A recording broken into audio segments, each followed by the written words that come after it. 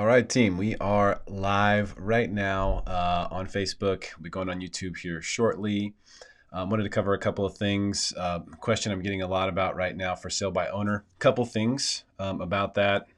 That why it's appealing to people. Why does it keep coming up in a hot market? How can we ascertain whether or not that's a wise move? I've seen a lot of people try this over the years and have definitely had some interesting feedback on it that I'll share with you. Also going to show you mortgage rates here in a second. We'll go to that after we get through this. Let me see if this will work real quick. I'm playing with some new stuff. Hey, Merry Christmas. Hey, how about that? Little graphs. We're a little bit better than high school production now, but not too much better. Also going to throw this on here so I get my NMLS 155010. Going to share this as well on my personal pages. And we'll get that going. Okay. So if you have questions, call or text me. That's what I'm here for. So a couple things for sale by owner. So here's the trouble. The trouble with, what's up, Carlos? Thanks, brother. The trouble with, maybe I'll leave it up for you. If you like it that much, I'll leave it up for you. The trouble with for sale by owner is that the buyer knows your secret sauce, right? The buyer knows you're selling it yourself. They know that you're not paying a commission. Therefore, they expect a little bit better deal, right? This isn't a super professional presentation scenario necessarily. This isn't something that's being done, in as much of a legal proceeding as normal.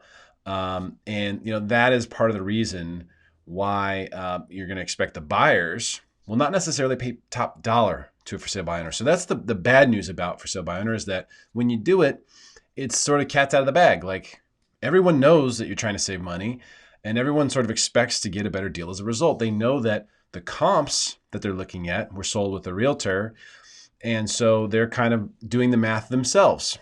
So essentially, they're trying to write you out of the deal the same way that you're trying to write the realtor out of the deal. So you're trying to say, I don't want the realtor involved in the deal. I want to take that money for myself. The buyer's going to say the same thing. I want to take money for myself. But now, wait a minute, Derrick. It's a crazy good market. Merry Christmas, everybody. It's a crazy good market. And because it's a crazy good market, the sellers are going to be able to have more hand. They're going to be able to play a little bit more hardball. It's going to work for them. And they're still going to get multiple offers and all these different things. And that's totally possible. It's totally possible. We all know that there's liability issues potentially when selling a home. There's certain documents that need to be done. There's certain disclosures that need to take place. And the average homeowner may not know those things or may not realize the liability they're taking on, may not have insurance for this particular liability. So they make a mistake. It could cost them a lot of money. But let's say that's the rare element of it. Let's just look at the practical element of it. Now, when you bought the house, when you go and you buy a house for about 3 weeks, you have a full-time job, which is buying the house, going and show up to inspections multiple times potentially, having different things inspected at the property, depending upon what kind of property you're purchasing, getting paperwork to your loan officer. I'm asking you for all kinds of stuff. You have to dig paperwork out. Maybe you haven't had to get out for years. There's a lot of things you have to do. When you're selling a house, it's no different. You still have to be available. You have to do a job. It's a job. It's a full-time job to do it. So being prepared to do that is something I think a lot of people aren't necessarily prepared to do. But it's one of those things where I said, you know what? If you want to do it for sale by owner because you think you could save some money because the market's good and the house is going to sell for the same amount anyway, go ahead and try and just see what happens. Yeah, why not? Put a sign in the yard. Put your phone number on there. See what happens. One thing I can tell you for certain is going to happen if you do it for sale by owner is that a whole bunch of realtors are going to call you. That is definitely going to happen. You'll probably get a lot of buyers to call you too, but you're going to be on the front end of the situation, which is normally where you get protection from your agent. Your agent typically protects you. The agent is a buffer for you to help negotiate, so you can play as hardball as you want without necessarily having to show your cards or show your face even. And also to protect you from all that solicitation and all of those different contacts that are going to come in and organize that stuff. You have to organize things. You have to organize showings, organize the whole process. So is that worth it? Is it worth it to do all that? Well, the realtors do it for that much money, so it should be worth it for me to do that. Maybe you're retired, you have nothing else to do, or maybe your job is slow now and you know what? Hey, I have time to do this. Okay, go ahead. give it a try if you want to, but just know that the buyers know. The buyers know. I have multiple for sale by offer, or for sale by owner deals right now where the buyers are getting a great deal on the purchase of the property. They're getting a great deal. The sellers are not getting top dollar. And so if you ask me, I'm always going to tell you it's not worth it. I'm going to tell you it's not worth it, the pain and suffering that you'll have to go through. It's a lot of work, but also just because you're just simply not going to get the same price that you would otherwise. And, while that may be considered a disservice to your neighbors as you're going to create a lower comp, more importantly, it's just for you and your family. If you get a professional who's going to do a good job, I'd rather see you go and negotiate with the realtor or even use a discount service as opposed to, trying to do it on your own. Just so you have some legal protection, some legal representation, someone there who, is an advocate for you, is an agent for you in this process, because there is a lot of legal implications here. You're selling a home for hundreds of thousands of dollars. But the main thing is that piece that you think you're saving, the buyer is going to want a piece of that as well. So this is coming up right now. And I don't know why all of a sudden this has become such a big deal. But we've been in a seller's market for 10 years almost. But right now, for some reason, this is something that's coming up a lot. And there's different services that are popping up here and there. And people are sort of promoting this. So should you look into that? Should you take advantage of that? I don't think it's worth it. I don't think you can personally get enough value out of it to make it worth all the work and all the liability involved. But if you are going to do it, make sure you have insurance. Get some extra insurance before you do it, because you're going to be on the hook. If you screw something up, if you don't disclose something that's required by law, you're going to be on the hook. You may think you sold the house, and they may come back and say, claw that thing back and say, nope, that's your house. You didn't tell us about this. And you may go, oh, I didn't realize I was supposed to tell you about that. I would have told you about that. Well, we wouldn't have bought it. So we're now in a legal battle. And we want you to take the house back and give us our money back. Those things can happen. So the legal protection is very, very important. Although that may be a rare scenario. Maybe that's 1 in 100 that something like that happens. Okay, so be it. But 100% of the time, the buyer knows you're doing for sale by owner, and they're just simply not going to be willing to go over and above. Right now, keep in mind, and I could probably get some stats on this, and maybe I should have, but I know that right now a lot of homes are selling above list price. Are you going to get above list on your for sale by owner? Does that happen? Do you know how to organize a bunch of offers when they come in? Let's say you get 10 offers. Do you know how to handle that to maximize the value? Do you know how to pick which offer is actually best? Because it's not necessarily just the highest offer. That's another piece of skill set. Do you know how to pick the best offer? Do you know how to vet the buyers? Do you know what questions to ask? Who to have them talk to? See, a lot of really good agents will have me talk to the lender for the buyers that are offering on their properties. Why? Because they want me to have a lender-to-lender discussion with them and find out where the holes are, find out where the weakness is in those buyers. Do you know to do those things or how to do those things? Because you may think you have the house sold, but remember, once you go in escrow, once you accept an offer, you're really just saying, hey, we're off the market. We're committed to this buyer. But if that buyer ultimately doesn't work out, you're back to square one. And the whole time that you were in the process, the vetting process with them, you're off the market, doing nothing, going nowhere. So, especially in a multiple offer situation, especially in a market where there's lots of opportunity to go above list price, where buyers are willing to remove contingencies and do appraisal bridges and pay over appraised value and pay over list price. This is especially when it's important to have a good agent, in my opinion. And there's really, really good agents in San Diego. Let me tell you, there are some great realtors in San Diego. There's some terrible realtors in San Diego. And you can probably say that about every market in the country. I can't speak for the other markets, but I can tell you, I know a couple dozen great agents here in San Diego. If you want help, if you want a connection to somebody, let me know. I'm happy to make that connection for you. Okay, so for sale by owner folks out there, good luck to you. I do want to show something to you. Going to use another little nifty wabam.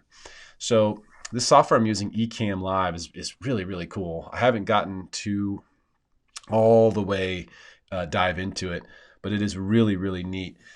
What we're looking at here is mortgage bonds. So this is basically, this is the last, what is this, few months. Each one of these candlesticks is a day. So you can see we're pretty much flat. I mean, we're almost exactly where we were back here. When is this? This was October. So 2.5 months ago, we're pretty much at the exact same place we were. In the meantime, what happened was things got a little bit worse, right? And then things got better, and then things got worse, and then things got better and got really good, and then things got worse and have kind of stayed down here. This little range we've been in right here is what's interesting and what I want to kind of focus on. So this little spot right here is where things are getting interesting. Why is it that we're stuck here? We have the Fed on our side. The Fed is buying mortgage bonds. They're not buying as much as they were, but they're still buying some. And so how could we be stuck right here? The stock market is the answer. The stock market will not go away. It's like Bitcoin. Did you guys see Bitcoin hit $23,000? What? Bitcoin hit $23,000 today. I don't know if it closed at that. I don't know if it ever closes, actually. I don't think. I'm not a crypto guy, but there's alternate investment vehicles that are very sexy to people right now. The stock market, I believe, finished the day up. Actually, let's just take a look at that. That's the cool thing about sharing the screen. We can look at this sucker. Yeah, up 130 points. So, we've got a stock market that won't go down. We've got a decreased amount of assistance essentially coming in from the Fed on this. Now they're still buying, billions of dollars per month of mortgage-backed securities, but they're not buying at the level they were when they really ratcheted things up when coronavirus began. So a lot of people are saying, well, hey, if we get up here, because we're looking at the 2% coupon, if we get up here, if we can break this highest resistance level up here and get up there, we're going to see mortgage rates in the ones. And while that is possible, it could be true. Remember, rates go down slowly. They go up quickly. This is an important thing to understand right now. There are people who I've been contacting about refinancing who I know can save money, past clients of mine.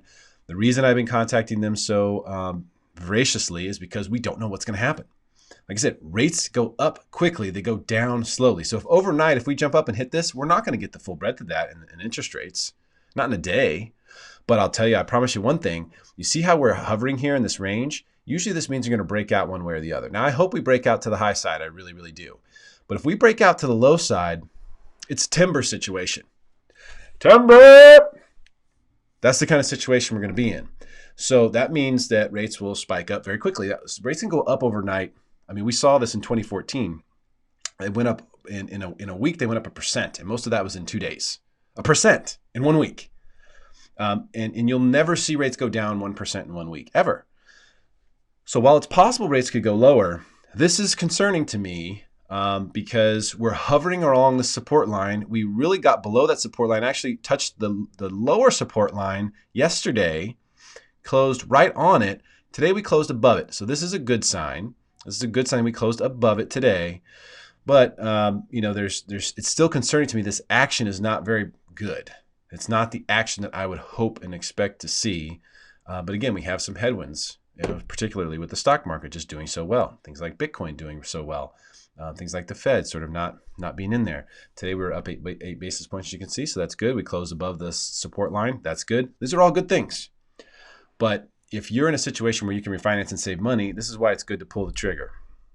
Because right now, that could just be all off the table.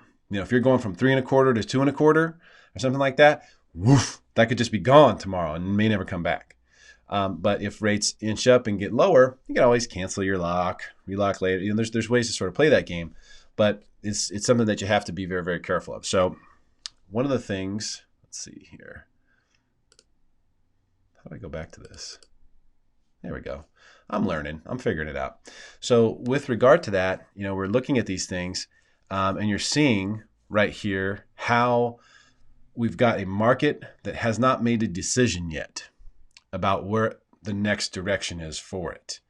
And we're sort of getting squeezed in and it's going to break out.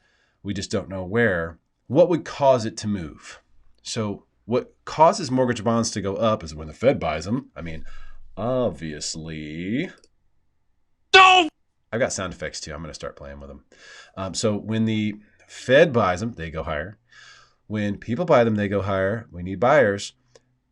With the Fed slowing down and with the stock market doing well, people would say, well, hey, if the stock market comes in a little bit, that'd be good. And it would if it came in slowly, 100 points here, 200 points there. If we flash crash and we go down to 500 points, 700 points, 1,000 points, we've seen that before. What happens? System-wide capitulation. Everybody will sell everything, which means that bonds will get murdered. And right now, this is set up so that they would go down quickly. Now, when bonds go down, mortgage rates go up. So we don't want that. We don't want to see that. That would be bad for so many reasons. You know what? Let me see if I can do something cool here. Primary display, crop to fill. I'm not going to play with it right now. But that said, what is my prediction? Well, let me tell you. I think mortgage rates go lower. I do. I think they'll go lower. But I also know if you have the opportunity to take money that's on the table and put it in your pocket, you should do it. Nobody ever went broke taking a profit. Nobody. There's a few people out there who are like, oh, if I'd have just waited to refi, I could have saved another $50 a month. You could have, but you also could have lost the whole thing. Could have lost the whole savings. So is that worth it? And in most cases, it's not. So ultimately, with regard to the purpose of this, I'm just going to circle back to for sale by owner conversation. I don't see the benefit. I don't see the advantage. I see how you could make yourself feel like you have an advantage looking at the paper afterwards and go, we'll see. If we sold it at this price and paid someone the money, we save this much. But you don't know what that price is that they would have sold it, and you never will. You'll never know. If you go sell your house on your own, which would be an accomplishment if you're actually able to do it, you'll never know how much you would have been able to get. And this is the kind of market where really good real estate professionals, which I can connect you with if you need one, really good real estate professionals are getting incredible deals for their sellers right now. Incredible deals. Worth their weight in gold. Plain and simple. Above list price, appraisal bridges, all kinds of things. Seller in place, free rent backs, you name it, they're getting it. So, not even knowing what those things are, if you're a potential for sale homeowner who wants to do for sale by owner, you don't even know what those things are, you're already starting at a huge disadvantage. You don't even know what things you could potentially ask for in a negotiation that would be beneficial to you. It's very difficult to win on the level that you can win if you work with someone great. And I do want to say, I'm sure you'll hear from me again before Christmas time, but I am heading to Missouri. So Merry Christmas, everybody. Hopefully that's helpful. The real estate market is healthy. The opportunity to refinance is there. It is big. And this is a market where just about everyone can save money. Just about everyone can save money. Refinancing investment properties may not be a great time to do it. Okay, those are not doing great. Rates aren't amazing on those, but your primary residence, your home, especially if you have a VA loan, my goodness, they're giving out 2 1/4s to all crazy. It's crazy. Give you an example. Quoted today, 600 credit score, which is our minimum, 2.5%. Now that's on a purchase. 2.5% was the rate with no points and no fees. So you don't have to have a perfect credit score. You can get an amazing rate on your VA loan. And the same thing goes for FHA for that matter. Derrick Evans, NMLS 155010. Call or text me if you have questions. That's what I'm here for. Hopefully that helps. Everyone have a Merry Christmas. And you'll probably hear from me again before Christmas, but have a Merry Christmas and happy holiday season anyway. Talk to you guys soon.